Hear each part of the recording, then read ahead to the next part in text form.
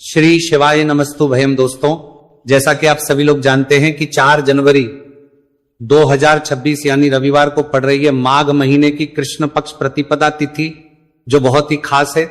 और दोस्तों, ये वो तिथि है जो कि माघ महीने में रविवार को पड़ रही है। दोस्तों, इसी दिन किया जाने वाला पंडित जी द्वारा बताया गया एक लाल फूल और एक सफेद फूल वाले उपाय आप लोगों को जरूर करना चाहिए, क्योंकि दोस्तों ये एक ऐसा उपाय है जो कि हर दिन नहीं किया जाता। माघ महीने में जो रविवार की प्रतिपदा तिथि आती है उसी दिन किया जाता है। अगर आप लोगों ने इस उपाय को नहीं किया है या किसी कारणवश नहीं कर पाए हो तो इस माघ रविवार प्रतिपदा तिथि के दिन इस उपाय से मत चूकना। दोस्तों देखिए, यह दिन इतना खास होता है, इतना महत्वपूर्ण होता है। देखा गया है कभी कभी बड़े बड़े पूजा पाठ अनुष्ठान से जो मनोकामना पूर्ण नहीं होती है, वह माघ रविवार के दिन एक छोटे से करने से ही आपकी मनोकामना पूर्ण हो जाती है। और बहुत सारे लोगों ने इस उपाय को किया भी है और उनको इस उपाय को करने का फल भी जरूर मिला है। अगर आप लोग भी इस उपाय को इस रविवार के दिन करना चाहते हैं तो आप इस उपाय को पहले अच्छे से समझ लेना, सुन लेना, उसके बाद करना। आपको इस उपाय का फल जरूर मिलेगा, आपकी सभी मनोकामनाएं पूरी हो जाएंगी। दोस्तों, हम आपको यहां पर बता दें कि ये जो एक लाल फूल और एक सफेद फूल वाले उपाय है, ये उपाय पंडित जी ने अपनी अभी की सीहोर की कथा में ही बताया है। उपाय को करने से आपके घर में चाहे किसी भी प्रकार की दुहक और समस्या क्यों ना चल रही हो, आपको उसका कारण भी नहीं पता है कि भाई ये समस्या किस कारण से चल रही है। उसका कुछ भी कारण हो सकता है, जैसे पितृदोष हो सकता है, कालसर्प दोष हो सकता है, या किसी भी तरह का मंगल दोष भी हो सकता है, और भी बहुत तरह के दोष होते हैं, कुछ भी हो सकता है। पर आपको इस उपाय को करने के लिए अपने दोष को पता लगाने की भी जरूरत है। आपके घर में किस कारण से इतनी दुख और परेशानी आ रही है वो भी आपको पता लगाने की जरूरत नहीं है। बस रविवार को प्रतिपदा तिथि के दिन इस उपाय को कर लेना है, क्योंकि इसी एकमात्र उपाय को करने से आपके पूरे घर परिवार में सुख और शांति हो जाएगी। आपके घर में अच्छे अच्छे काम होने लगेंगे। आपकी जो भी मनोकामना होगी वो भी धीरे धीरे करके पूर्ण होना शुरू हो जाएगी। अब हम समझते हैं इस एक लाल फूल और एक सफेद फूल वाले उपाय को आपको करना कैसे है, किसको करना है, किस करना है और कैसे करना है। देखो, उपाय बिल्कुल आसान है, बस समझने वाली बात है। ध्यान से समझिए, उसके बाद ही आप लोग जो है इस उपाय को जरूर कीजिएगा। सबसे पहली चीज हम लोग ये समझते हैं कि इस एक लाल फूल और एक सफेद फूल वाले उपाय को इस आने वाली रविवार प्रतिपदा तिथि के दिन किसको करना है। तो देखिए, इस उपाय को घर के सभी सदस्यों को करने की बिल्कुल भी जरूरत नहीं है। घर में से कोई एक मुख्य बड़ा सदस्य इस उपाय को करेगा तो उस घर परिवार के सभी सदस्यों को इस उपाय को करने का फल मिल जाएगा। पर वो बड़ा सदस्य कौन होगा, कौन व्यक्ति इस उपाय को करेगा, तो यहां पर देखिए हम आपको बता दें, घर की जो बड़ी माताएं बहनें होंगी, घर की बड़ी माताओं बहनों में से कोई भी एक माता बहन इस वाले उपाय को कर सकती है। अपने पूरे घर परिवार के लिए घर में सभी सदस्यों को इस उपाय को करने की जरूरत नहीं है। मात्र घर की जो माताएं बहनें हैं उनमें से कोई भी एक माता बहन इस वाले उपाय को करेगी तो उसके घर परिवार के पूरे सदस्यों को इस उपाय का फल मिलेगा। अगर किसी कारणवश माताएं बहनें घर में उपस्थित ना हो या वो इस उपाय को ना कर रही हो, कुछ दिक्कत हो, तो भाई उस जगह पर फिर घर का कोई बड़ा व्यक्ति भी इस उपाय को कर सकता है। माताओं बहनों के कहने का मतलब यह था कि माताएं बहनें घर की लक्ष्मी होती है।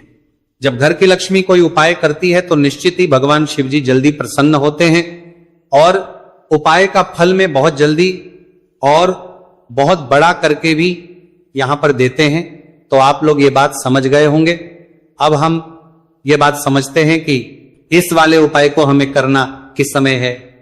एक लाल फूल और एक सफेद फूल वाले उपाय को हमें प्रतिपदा तिथि के दिन करना की समय है। तो देखिए, इस उपाय को करने का जो समय है, सुबह का समय भी है और शाम का समय भी है।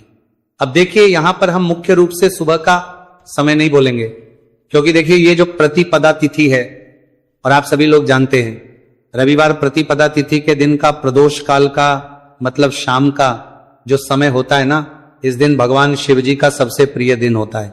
तो आप लोग इसे एक लाल फूल एक सफेद फूल वाले उपाय को सुबह के समय भी कर सकते हो और शाम के समय प्रदोष काल में भी कर सकते हो। सुबह के समय अगर कर रहे हो तो 10 या फिर 11 बजे तक भी अगर उपाय करोगे तो भी आपको उपाय का फल मिलेगा। वही अगर शाम के समय कर रहे हो तो इस दिन जरूर शाम के समय का ध्यान रखना कि शाम के 6 बजे से लेकर 7 बजे के बीच में अगर आप इस उपाय को कर सकते हो तो बिल्कुल कर लेना, पूरी कोशिश करना। पर अगर किसी कारणवश इस समय के बीच में ना कर पाओ तो रात 8 बजे तक भी अगर आप उपाय को करोगे तो आपको उपाय का फल जरूर मिलेगा। यह बात आपको समझ आ गई कि आप इस उपाय को सुबह और शाम दोनों समय कर सकते हो। मतलब करना आपको एक ही समय है, घर में से किसी एक ही बड़े व्यक्ति को करना है, एक ही बार इस उपाय को करना है, दोनों समय नहीं करना है। आपको जो समय अच्छा लगे आप उस समय पर इस वाले उपाय को कर सकते हैं। तो चलिए जानते हैं इन विशेष उपायों के बारे में। लेकिन उससे पहले जो भी मेरे भाई मेरी प्यारी बहनें आज चैनल पर पहली बार आए हैं या मेरी आवाज आज पहली बार सुन रहे हैं, अगर आप भी महादेव के सच्चे भक्त हैं तो वीडियो को लाइक और चैनल को सब्सक्राइब जरूर कर लें और कमेंट बॉक्स में लिखें हर हर महादेव देखो। अब सबसे पहली बात आती है कि इस उपाय को हमें करना किस लिए है। जैसा कि हमने अभी आपसे बोला कि इस उपाय को करने के बाद आपके जीवन में बहुत सारी खुशियां आएंगी, आपकी मनोकामनाएं पूर्ण होंगी, आपकी धन की समस्या दूर होगी, आपकी पैसों की समस्या दूर होगी। अब देखिए, अगर आप लोग सोच रहे हो कि भाई हमें अपना घर बनाना है पर घर बनाने के लिए पैसा नहीं है, हमें गाड़ी लेना है पर गाड़ी लेने के लिए पैसा नहीं है, हमें जमीन लेना है पर जमीन के लिए पैसों की कमी पड़ रही है, अगर ऐसी ही दिक्कत परेशानी या किसी भी तरह की धन से जुड़ी हुई समस्या या पैसों से जुड़ी हुई समस्या अगर आपके जीवन में चल रही है तो ये उपाय निश्चित ही आपके जीवन में मतलब बहुत सारे मतलब फल लाकर दे सकता है। इसीलिए अगर आपके घर में बहुत ज्यादा मतलब दिक्कत समस्या परेशानी चल रही है, धन से जुड़ी हुई पैसों से जुड़ी हुई धन की बहुत ज्यादा कमी आ रही है, पैसों की आवक नहीं हो रही है, तो भाई आप लोगों को इस वाले उपाय को जरूर करना चाहिए। घर में से किसी एक भी बापे व्यक्ति को अब इस उपाय में करना क्या है वो सबसे पहले हम लोग जान लेते हैं। उपाय की सामग्री हम लोग सबसे पहले जानते हैं कि इस उपाय में किस किस चीज की आवश्यकता पड़ेगी। तो देखिए, उपाय का नाम तो एक लाल फूल और एक सफेद फूल वाला उपाय है, पर इस उपाय में कुल मिलाकर 4 सामग्री हमें लगने वाली, जो कि पंडित जी ने खुद सीहोर वाली कथा में बताया है। और जो हम आपको उपाय बताते हैं वो पंडित जी द्वारा बताए गए होते हैं, अलग से हम कुछ भी नहीं बताते हैं। तो यहां पर हम लोग समझते हैं कि इस उपाय की सामग्री क्या है। तो देखो, उपाय की जो सामग्री है वो 4 सामग्री है, जिसमें से सबसे पहली सामग्री है एक बेलपत्र। देखो बेलपत्र क्या होती है, बेलपत्र जो शिव की शिवलिंग पर चढ़ती है। दूसरी चीज है एक शमीपत्र, शमीप्र शिवलिंग पर ही चढ़ता है। तीसरी चीज है दोस्तों एक लाल फूल, उपाय का नाम है। तो एक यहां पर आपको लाल फूल लेना है। अब ये लाल फूल कौन सा लेना है, देखो शिवलिंग के ऊपर जो लाल फूल चढ़ता हो उनमें से कोई भी एक लाल फूल पसंद कर लेना और वो कहीं से तोड़कर या कहीं से खरीद कर लेकर आना और उस लाल फूल को उपाय में प्रयोग कर लेना। उसके बाद में एक सफेद फूल का विशेष रूप से ध्यान रखना, जो सफेद फूल शिवलिंग पर चढ़ता हो सिर्फ वही सफेद फूल लेकर आना, इसके अलावा कुछ मत लेकर आना, लेकिन केतकी का मत लेना। तो एक एक मात्रा में ही आपको ये चारों सामग्री चाहिए, एक बेलपत्र, एक शमीपत्र, एक लाल फूल और एक सफेद फूल। ये चारों सामग्री आप लोग तैयार करके रख लें। प्रदोष काल में या सुबह के समय जब भी आप इस उपाय को कर रहे हैं, जैसे ही आपके उपाय की सामग्री तैयार हो जाती है तो क्या हम सीधा उपाय को करने के लिए इन चारों सामग्री को मतलब उपाय करने के लिए जा सकते हैं? नहीं, तो यहां पर आपको इस बात का ध्यान रखना है कि हम भगवान शिव जी को प्रसन्न करने के लिए तो जा रहे हैं, हम अपनी मनोकामना को पूर्ण करवाने के लिए तो जा रहे हैं, पर हमें यह दर्शाना बिल्कुल भी नहीं है कि हम सिर्फ अपने फायदे के लिए भगवान शिव जी के मंदिर में आए हैं। इसलिए हम इस उपाय को करने के साथ साथ में भगवान शिव जी की पूजन अर्चना के लिए कुछ सामग्री भी जरूर लेकर जाएंगे। जैसे कि सुबह समय अगर आप उपाय को कर रहे हो, इस एक लाल फूल और एक सफेद फूल वाले उपाय को, तो भाई सुबह के समय आपको एक लोटा जल लेकर जाना है। जो लोग प्रतिदिन शिव जी के मंदिर जाते हैं, पूजन अर्चना करते हैं, जल चढ़ाते हैं, फूल बेल पत्र सब कुछ चढ़ाते हैं, भाई वो अपनी पूजन अर्चना वैसी की वैसी ही करना। बाकी जो सिर्फ उपाय को करने के लिए जा रहा है, जो कुछ भी लेकर नहीं जा रहा है, उसे कम से कम 1 लोटा जल अपने घर से भर कर लेकर जाना अगर आप उपाय को कर रहे है ना, क्योंकि इस वाले उपाय को आप भगवान शिव जी की पूजन अर्चना करने के बाद ही करना। वहीं अगर बात करें शाम के समय की, अगर कोई व्यक्ति शाम के समय प्रदोष काल में इस वाले उपाय को कर रहा है तो भाई आपको मात्र 1 घी का दीपक तैयार करना है। ये बात हम हमेशा बोलते हैं, शाम के समय प्रदोष काल में कोई कर रहे हो ना, तो दीपक का विशेष महत्व होता है। रविवार प्रतिपदा तिथि, दिन का प्रदोष काल में जो भी व्यक्ति दीपक जलाता है ना भगवान शिव जी के मंदिर में, भाई उसके जीवन से सारी दुख और परेशानियां भी दूर होती है। तो भाई इस दिन दीपक का विशेष रूप से ध्यान रखना आप लोग। अगर आप इस उपाय को शाम के समय प्रदोष काल में कर रहे हो, है ना, ये जो दीपक आप लोगे ये आटे का लोगे, जो आटा आप गूंद दोगे उसके अंदर कुछ भी मत डालना, मात्र साधा आटा लगाकर उसे तैयार कर लेना और एक मीडियम साइज का दीपक तैयार कर लेना। दीपक ना ज्यादा छोटा हो ना ज्यादा बड़ा हो, है ना। उसके बाद में दीपक आपका तैयार हो जाए तो इसके अंदर जो बत्ती रखोगे वो गोल बत्ती रखोगे। देखो गोल बत्ती भी दो तरह की होगी, एक बाजार की और एक घर वाली।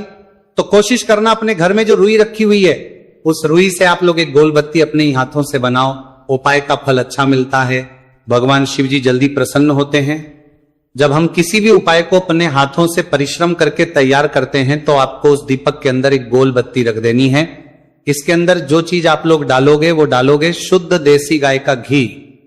इस बात का विशेष रूप से ध्यान रखना, शुद्ध देसी गाय का घी ही डालना है, तेल वगैरह नहीं। आज के दिन तो मत डालना, रविवार प्रतिपदा तिथि के दिन, क्योंकि भगवान शिव जी का सबसे प्रिय दिन और प्रिय समय पर हम लोग इस वाले उपाय को कर रहे हैं। तो थोड़ा सा शुद्ध गाय का घी इतना डालना कि वो दीपक कुछ समय तक चल सके। ना बाजार वाला मिलावटी घी डालना, ना भैंस का घी डालना, शुद्ध देसी गाय का घी। आपको ढूंढने में थोड़ी मतलब मेहनत लगेगी और महंगा भी मिलेगा, पर गाय के घी से भगवान शिव जी प्रसन्न होते हैं और उसी शुद्ध देसी गाय के घी से घर में बरकत भी बनी रहती है और हमारे घर में सुख शांति भी बनी रहती है। इसलिए इस शुद्ध देसी गाय का घी अपने घर में हमेशा रखा करो। वो भगवान शिव जी के कार्यों में भी उपयोग में आता है और उपायों में भी हम लोग प्रयोग कर सकते हैं। तो यहां पर आपकी सारी तैयारियां हो चुकी है। उपाय को करते समय शुद्धता का विशेष रूप से ध्यान रखिएगा। सुबह कर रहे हो तो भाई सुबह तो आपको स्नान करना ही करना है, बाकी शाम को कर रहे हो तो शाम को मात्र हाथ मुंह धोकर भी आप लोग इस वाले उपाय को कर सकते हो, कोई दिक्कत वाली बात नहीं है भाई। उपाय की पूरी सामग्री तैयार कर और पूजन सामग्री लेकर आपको भगवान शिव जी के मंदिर पहुंचना है, जो आपके घर के पास में हो, जहां पर शिवलिंग विराजित हो, शिवालय हो, वहां पर आप लोगों को पहुंचना है। और जैसे ही आप भगवान शिव जी के मंदिर में पहुंचते हो वहां जाकर ही उपाय शुरू नहीं करना है। पहले आपको भगवान शिव जी की पूजन अर्चना करना है। पूजन अर्चना कैसे करोगे? सुबह के समय गए हो तो एक लोटा जल वगैरह जो भी पूजन सामग्री लेकर गए हो, उससे पहले पूजन सामग्री आप लोग मतलब पूजन भगवान शिव जी की कर लो। जो व्यक्ति सिर्फ एक लोटा जल लेकर गए हैं वो शिव जी के शिवलिंग पर मात्र एक लोटा जल एक धारा से धीरे धीरे करके चढ़ा लो। अपनी पूजन अर्चना आप लोग जो है पूरी कर लो पहले। उसी के बाद अगर आप शाम के समय कर रहे हो तो पहले जाकर बैठना है भगवान शिव जी के शिवलिंग के पास में। आप जो दीपक तैयार करके लेकर आए हो उस दीपक को पहले जलाना है। ये जो दीपक आप लोग जलाओगे ना, ये किसी और की माचिस से मत जला, अपनी ही माचिस अपने ही घर से लेकर आना और इस दीपक को अपने ही माचिस से जलाना। अगर आपने मंदिर की माचिस या किसी और की माचिस ले ली, इस उपाय को करने में इस उपाय का फल उस व्यक्ति को भी बहुत मिल जाएगा। इस बात का ध्यान रखना, अपने घर से अपनी ही माचिस लेकर जाना और इस दीपक को जलाना। दीपक को जलाने के बाद भगवान शिव जी की शिवलिंग के पास में रख देना। शिवलिंग के इतना पास में मत रखना कि शिव जी को आंच लगे, थोड़ी सी दूरी बनाकर ही जो है इस दीपक को शिवलिंग के पास में आप लोग रख दीजिएगा। अब जैसे ही आपकी पूजन अर्चना हो जाती है, भगवान शिव जी के शिवलिंग के सामने या आसपास कहीं पर भी बैठ जाइए उपाय को करने के लिए।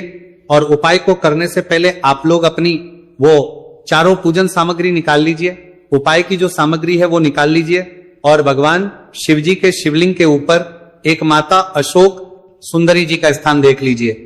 माता सुंदर जी का जो स्थान होता है वो जलाधारी के ऊपर होता है, जलाधारी के बिल्कुल बीचों बीच में होता है। आप लोगों ने देखा भी होगा शिवलिंग की जलाधारी होती है, जलाधारी के बिल्कुल बीचों बीच का जो स्थान होगा वो माता अशोक सुंदर जी का स्थान होगा, क्योंकि यहीं पर हमें ये जो है उपाय को करना है। सबसे पहली चीज जब हम उपाय को करना शुरू करते हैं, आप सबसे पहले अपनी एक बेलपत्र उठा लो। एक बेलपत्र को आपको माता अशोक सुंदरी जी वाले स्थान पर सबसे पहले समर्पित करना है। बेलपत्र की डंडी का मुख होगा जलाधारी की तरफ जहां से जल बहता है और नीचे गिरता है, और बीच वाली बड़ी पत्ती का मुख मतलब शिवलिंग की तरफ होगा। इस तरीके से आपको इस बेलपत्र को माता अशोक सुंदरी जी वाले स्थान पर समर्पित कर देना है। उसके बाद में अपनी एक शमी पत्र उठा लो जो आप उपाय के लिए लेकर आए हुए हो। शमी पत्र को उठाकर शमी पत्र की भी जो डंडी का भाग होगा वो जल की तरफ करके, जहां से जल बहता है नीचे गिरता है उस तरफ करके, और पत्ती वाला भाग शिवलिंग की तरफ करके इस शमी पत्र को भी उस बेल पत्र के ऊपर आपको समर्पित कर देना है। समर्पित करने के बाद अब आप ले लो अपना एक लाल फूल जो आप उपाय को करने के लिए लेकर आए हुए हो। इस लाल फूल का जो खिला हुआ भाग होगा, चाहे वो गुलाब का फूल हो, चाहे कोई सा फूल जो शिवलिंग पर चढ़ता हो, भाई उस फूल का जो खिला हुआ भाग होगा वो शिवलिंग की तरफ होगा। बाकी जो पीछे का भाग होगा फूल का, वो जलाधारी की तरफ, जहां से जल बहता है नीचे गिरता है उस तरफ होगा। और आखिरी में आपका जो एक सफेद फूल बचा हुआ है, इस सफेद फूल को भी आपको लेना है, और सफेद फूल का जो खिला हुआ भाग होगा वो शिवलिंग की तरफ होगा, जहां पर शिवलिंग रखा हुआ है उस तरफ होगा, और डंडी का भाग जलाधारी के पीछे की तरफ हो जाएगा। मतलब जो जहां से जल बहता है और नीचे गिरता है, जब आप एक बेलपत्र, एक शमी पत्र और एक लाल फूल, एक सफेद फूल चढ़ा रहे हो, तो उस समय आप लोगों को कांता भगवान या कांता चक्र का नाम लेते हुए ही जो है इस उपाय को करना है, और भगवान शिव जी और नारायण जी का स्मरण करते हुए ही इस उपाय को आपको करना है। तो जब भी आप एक बेलपत्र, एक शमी पत्र, एक लाल फूल और एक कमी हो रही है, जो भी दुख और समस्या परेशानी चल रही हो, आपको अपनी वो दुख और जो है भगवान शिव जी से उपाय को पूरा करने के बाद वहीं पर पास में बैठकर बोल देना है, हाथ जोड़ के आंखें बंद करके अपनी परेशानी और श्री शिवाय नमस्तुभयम का जाप करना है। दोस्तों, आज हमने इस वीडियो में कुछ उपाय बताए हैं जो आपको करने हैं। अगर आपको वीडियो अच्छी लगी हो तो वीडियो को 1 लाइक और चैनल को सब्सक्राइब जरूर करें। हर हर महादेव।